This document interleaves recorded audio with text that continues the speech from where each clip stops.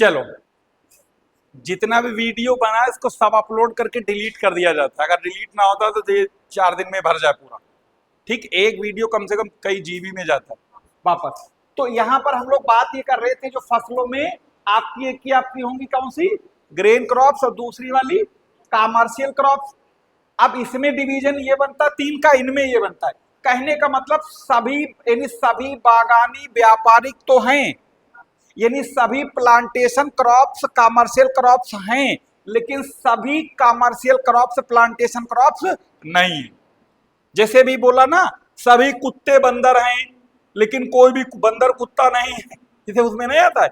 और नया आदमी अगर पहली क्लास कर रहा हो, ज्यादा जब पढ़ के कभी नया हो, सर खुद बाल नोच लेगा कि क्या बता रहा है मास्टर, पागल हो गया क्या। कभी कह रहा है सभी कुत्ते बंदर हैं और बंदर कुत्ता भी नहीं, उसके समझ में नहीं आएगा। खैर, ये बात हो गई। अब क्या करेंगे, एक एक कर को इनको पढ़ लेंगे, लिख लेंगे, और आखिर अगर है ऐसा तो क्यों है। फिर उसके बाद इसका सीजनल क्लासिफिकेशन जो होता है, रबी खरीफ जायद, वो बाद में बताएंगे। ठीक, तो आ जाओ अगले स्लाइड पर, और सबसे पहले यहां पर ग्रेन क्रॉप्स पर आ जाओ। अलग अलग लिख लेते हैं, यानी इसको लिख लें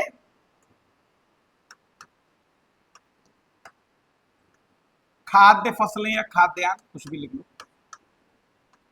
अब देखो, एक कैटेगरी इसमें कौन सी वाली बताई थी अभी, अच्छा, दूसरी कौन सी थी, और तीसरी कौन सी है,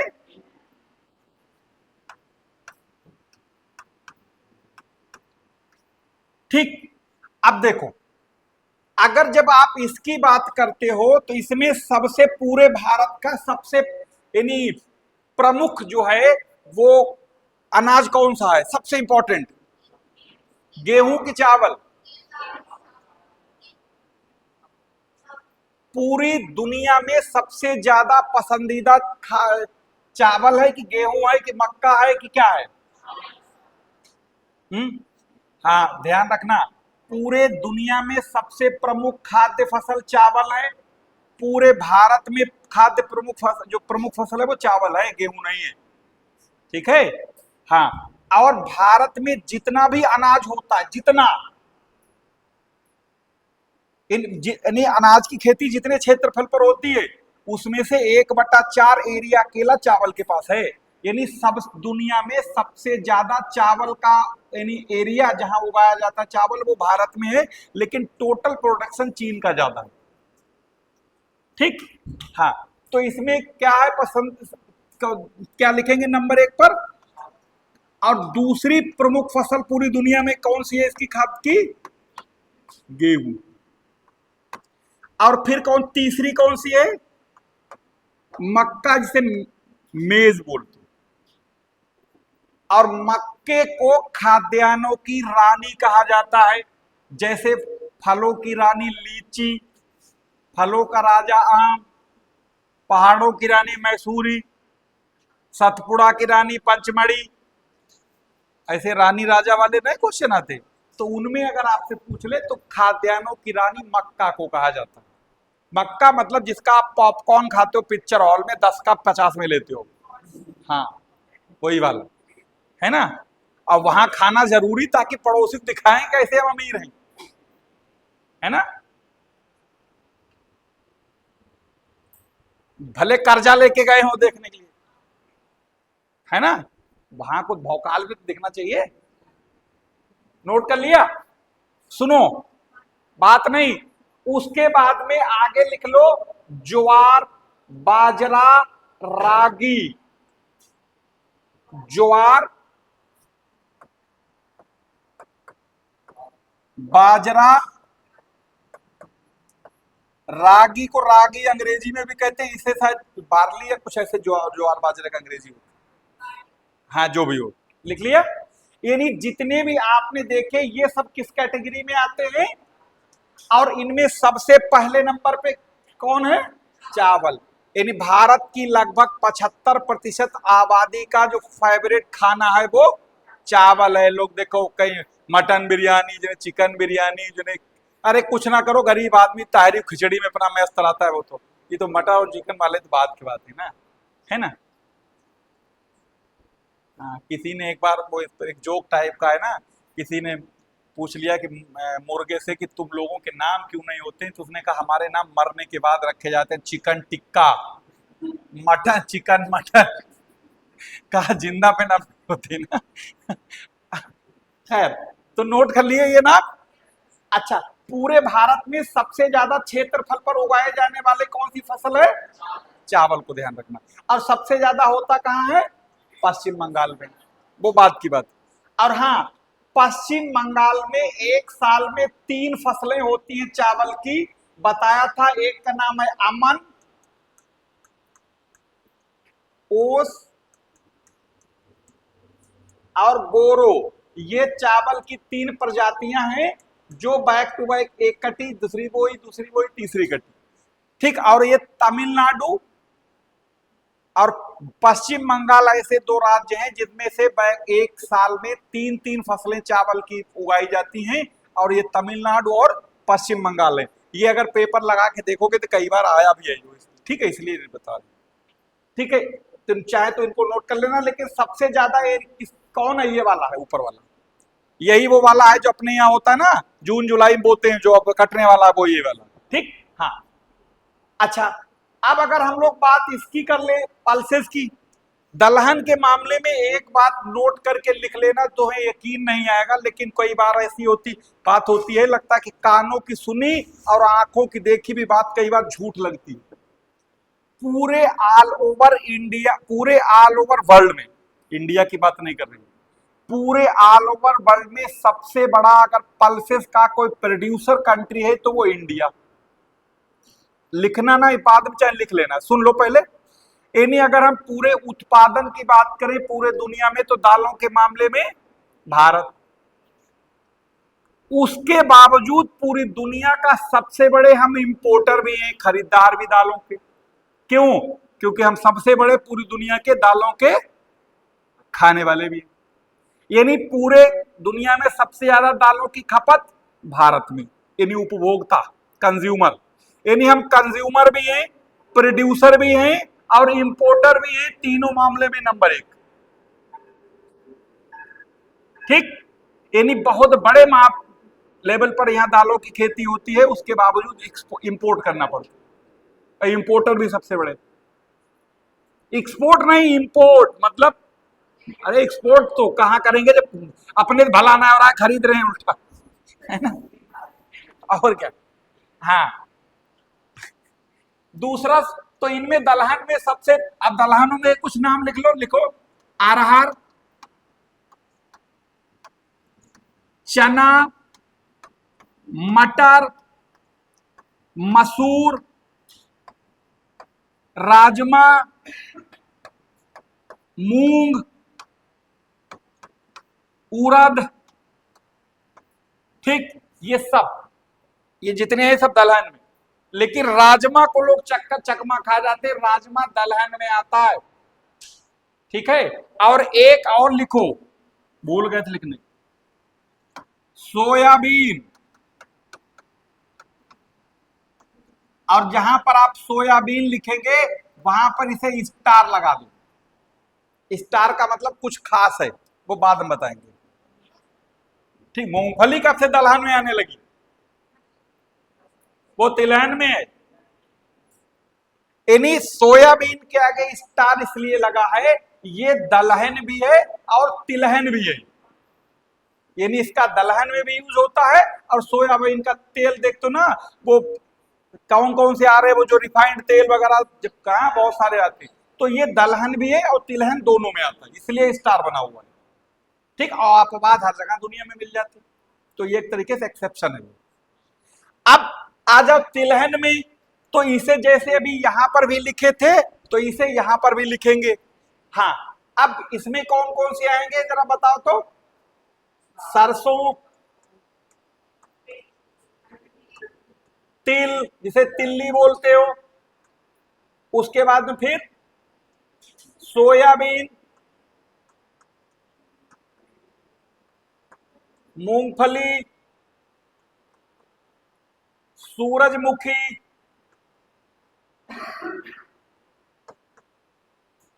और एक अलसी, ये सब तिलहन में। अलसी, इसका भी तेल होता है। अलसी है, अलसी, सरसों है, तिल है, सोयाबीन है, मूंगफली है, सूरजमुखी है। लेकिन सबसे ज्यादा, जैसे दालों में सबसे ज्यादा बड़ा नाम है जो खपत में अरहर, इसमें सबसे ज्यादा तिलहन में सरसों का। बाकी तो दलहन और भी है। दलहन में वो बीमार वाली भी दाल तो है, ये बीमारों वाली, ये मूंग बीमारों वाली तो होती है। हाँ ठीक है, लिख लिया? अरे नोट तो कर लो। कर लिया? तो इस वाला का मामला, ये कोई कंफ्यूजन तो नहीं, इसलिए इन्हें अलग अलग करके बता दिया था। अब लिख लो जो सबसे ज्यादा एग्जाम में पूछे जाने की इसकी संभावना होती वो है कॉमर्शियल क्रॉप्स की, और सबसे ज्यादा लोग वहीं पर जाके गलती भी करके आते हैं। तो अब लिख लो व्यापारिक फसलें, कॉमर्शियल क्रॉप्स। ठीक, तो देखो कॉमर्शियल क्रॉप्स में एक तो कैटेगरी कौन सी बताई थी अभी आपको? बागानी।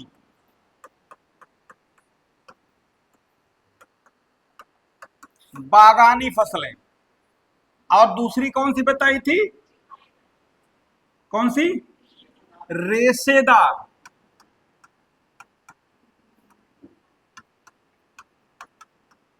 और कौन सी बताई थी? पेय, मतलब पीने वाली। और फिर जो कहीं नहीं तो अन्य में।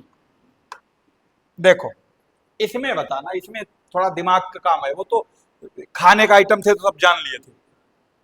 ठीक, देखो अब सभी बागानी फसलें व्यापारिक फसलें हैं, लेकिन सभी व्यापारिक बागानी नहीं है। इसी तरीके सभी रेशेदार व्यापारिक हैं, लेकिन सभी व्यापारिक रेशेदार नहीं है। सभी पे व्यापारिक तो हैं, लेकिन सभी व्यापारिक पे नहीं है। अच्छा, इसका कोई क्राइटेरिया है? किसे कहेंगे बागानी? कोई फसल का हमें नाम बताओ। लेकिन चलो चाय बता दिया, और इसका कोई एक क्राइटेरिया क्या है? कोई एक मतलब क्यों कहेंगे इसे? भांग को क्यों नहीं कहेंगे व्यापारिक फसल? नहीं, गन्ने को क्यों नहीं कहेंगे? गन्ना भी तो नगदी फसल है, तो गन्ने को क्यों नहीं बागानी? मतलब कुछ एक कंडीशन होगी ना। क्या है? ये तो हवा में तीर चला दिया, लग गया तो ठीक, नहीं लगा तो कोई बात नहीं। देखो बात ये, देखो लोग को जानकारी होगी तो वो हर जगह काम आएगी। ऐसे जरूरी नहीं हर बार जो आपने मुंह खोला सही हो जाए। देखो बागानी का एक ये क्राइटेरिया ये है कि ऐसी सभी फसलों को बागानी कहा जाएगा जिनको एक कतार में लगाया जाए। पहली कंडीशन। अभी बहुत सारे एग्जाम्पल गिनवा देंगे। एक कतार में लगाया जाए, और उसके पौधे को एक बार लगाने के बाद वो 50 साल, सैकड़ों साल तक फसल देता रहता है, या देता रहे। जैसे आम को क्या हर साल लगाते हो? नारियल को हर साल लगाते हो? अमरूद को हर साल लगाते हो? आप सेब को हर साल लगाते हो? नहीं।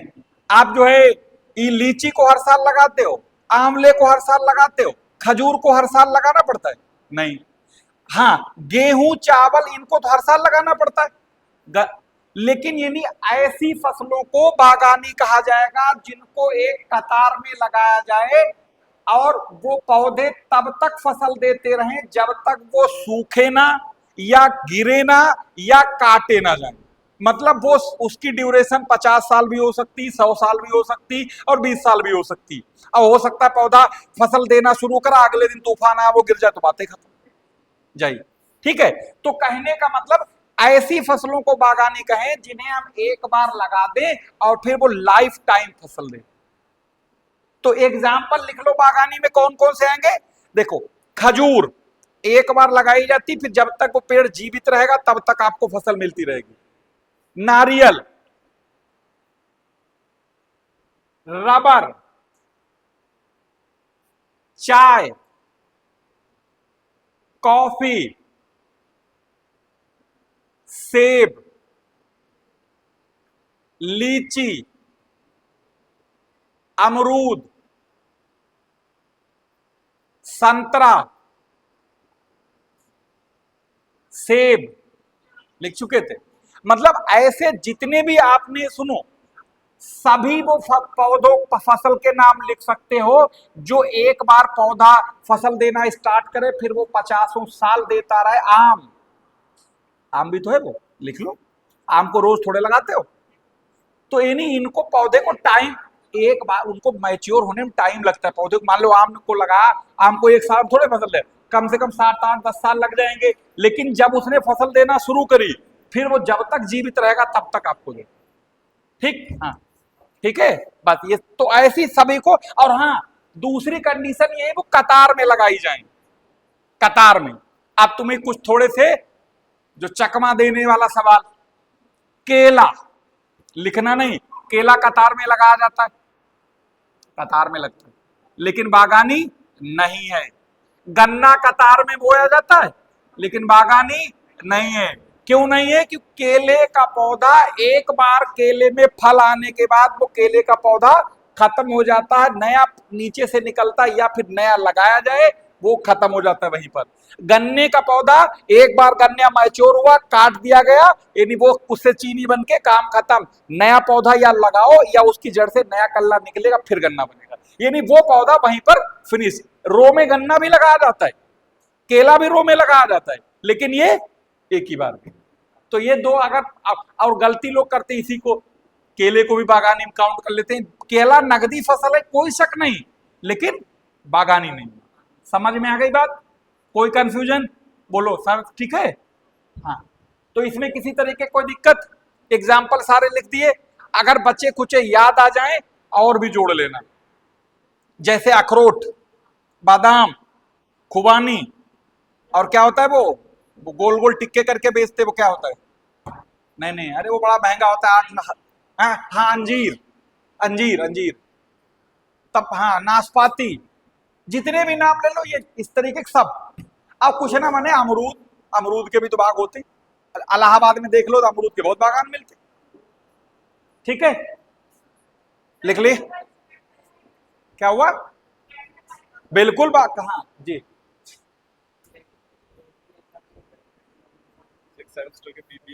कोई जानकारी नहीं हम लोगों के साथ, हम अभ्युदय वाला चला, इसके उसके बारे में कोई जानकारी नहीं। बहुत चलिए, क्या लिखा था ये नोट कर लिया?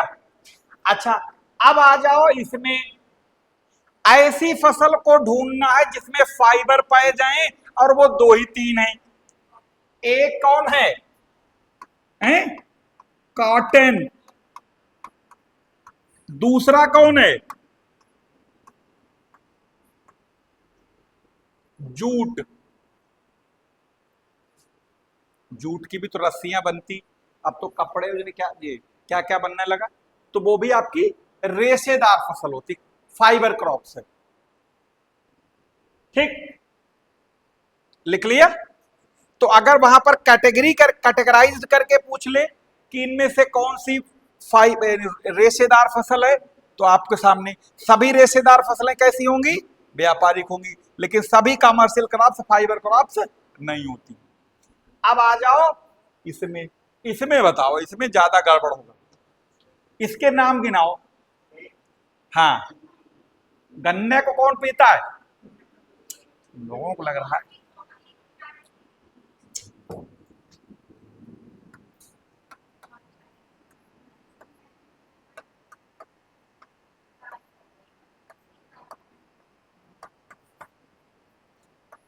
चाय, कॉफी, तंबाकू। अरे बिल्कुल पिया जाता, लिखो तो, अभी बता रहे हैं। बिल्कुल एकदम दिमाग की बत्ती जल जाएगी, अभी बता रहे हैं। सुन तो, अरे भाई लिख तो लो। अफीम ना लिखने पे में पहले ये लिखो तो। हाँ, अब तुम गांजा, भांग, चरस और सब लिख लो। हाँ, जितना बुद्धि है, हाँ लिखो तो पहले। देखो लिख लिया। इसमें तो खूब चुस्की लगा लगा के पीते, ये तो पता ही है। और इसे सब शादी बारातों में, अपने यहाँ नहीं महंगी होती शादी बारात में, एक के जहां 5 पिएंगे, अपने यहाँ नहीं। और रही बात तंबाकू की, आप तंबाकू पा जाओ। देखो सुनो, चुप जाओ। तो तंबाकू का ज्यादातर इस्तेमाल काहे में होता है? बीड़ी में सबसे ज्यादा, सिगरेट में। राजकुमार हर पिक्चर में सिगार पीते नजर आए थे। सिगार जिसे बोलते क्ले पाइप, शायद नहीं, सिगार को सिगार ही कहते हैं अंग्रेजी में। क्ले पाइप चिलम को बोलते हैं, चिलम जो बाबा लोग लगाते हैं, ठीक है। हाँ, हुक्का, इनमें सब में क्या होता है? तंबाकू ही होती है। क्या कभी आपने सुना कि वो बीड़ी खा रहा है, सिगरेट खा रहा है, चिलम खा रहा है, हुक्का खा रहा है, सिगार खा रहा है? सुना? सब तो पीने के, ठीक है। तो इसका मैक्सिमम इस्तेमाल इसी में होता है। और देखो अपने यहां अगर तुम गांव में चले जाओ तो कम से कम 90% आदमी बीड़ी पीता नजर आएगा, ठीक। खास तौर से जो थोड़ा सा मैच्योर आदमी होगा, और जितना अंडर एज होगा, मतलब जो भी अनमैच्योर पर्सन, जिसे 18, 15, 16 वाले, वो पता लगा दिन भर कमला पसंद खा खा के मुंह ऐसा बना लिया जैसे इनके मुंह को हार्पिक से साफ करना पड़े, सिर्फ टॉयलेट की सीट जैसे। कहने में तुम लोगों को सुनने में अजीब लग रहा होगा, लेकिन कितनी कोशिश की जाती भाई इस नशा मुक्ति अभियान से लेके सब, लेकिन नहीं सुधरने, नहीं मानेंगे। और सुनो, 1 रुपए की मसाला खा के ताजमहल के ऊपर पिचकारी मार दे और अपने घर में छप्पर पे ना थूकेंगे।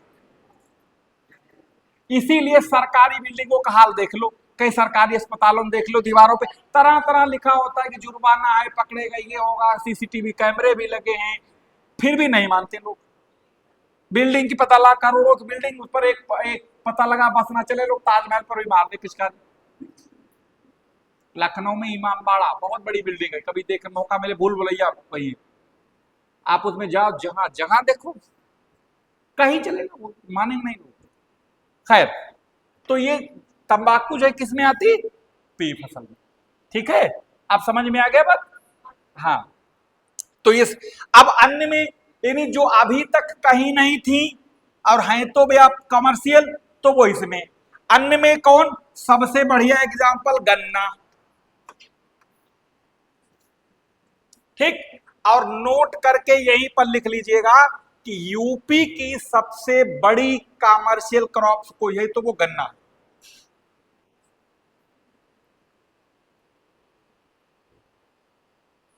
यूपी की सबसे प्रमुख जो कमर्शियल क्रॉप्स है वो गन्ना है। वो भी इसी में आएंगे, बागानी में ज्यादातर, ठीक है। इसमें लिख लिया गन्ना। गन्ने के अलावा में फिर अगला लिख लो आप, केला।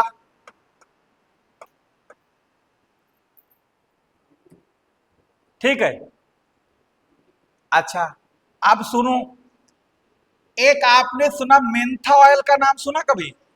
मेंथा ऑयल, वो भी एकदम टनाटन कमर्शियल क्रॉप्स है। बस उसकी लाइफ, उसका ज्यादा से ज्यादा वो 100-120 दिन में काम खत्म हो जाता है। तो वो भी आपकी इसी में लिख लो, मेंथा ऑयल लिखते हैं उसे, का लोकल स्तर पर पिपरमेंट बोलते हैं, यहाँ पता नहीं क्या बोलते फिलहाल, उधर में इसका मेंथा ऑयल, इसका लिखा पढ़ी वाला नाम, जो ऑफिशियल नाम मेंथा ऑयल होता है। संभल में तो शायद बहुत बड़ी इसकी मंडी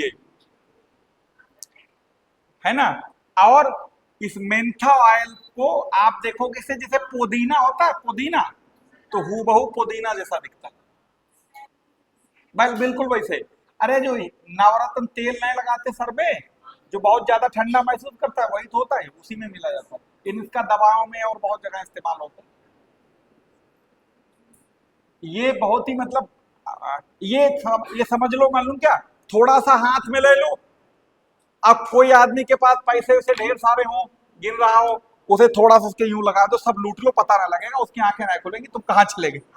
सही में इसका लोग, सुनिए, जब शुरू शुरू में था, लोगों को बहुत ज्यादा जानकारी नहीं था, ऐसा लोग करते थे। हाँ, कि मतलब अगर नहीं दिखाई देगा आपको, जब तक पता लगा तुम्हारे आंखें काम की होंगी तब तक वो निकल गया है जी। अब एक इसी से जुड़ा हुआ एक घटनाक्रम है, 2008 की बात बता रहे हैं। एक जगह पेपरमेंट बहुत था वहां पर, और इसको फिर उसमें टंकी में डाल के उबाला जाता ना, आग जलाई जाती, फिर वो पानी और तेल निकलता, फिर वो अलग अलग होता है। तो चलो फिर बाद में बता देंगे, फिर यही पर बात।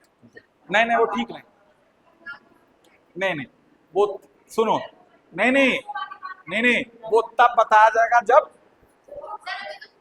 नहीं नहीं चलिए ये बात लिख लिया, नोट कर लिया ना।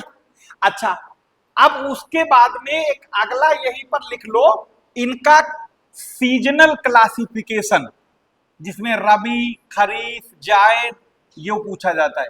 अगला लिख लो इनका क्रॉप्स का सीजनल क्लासिफिकेशन, मौसमी वर्गीकरण,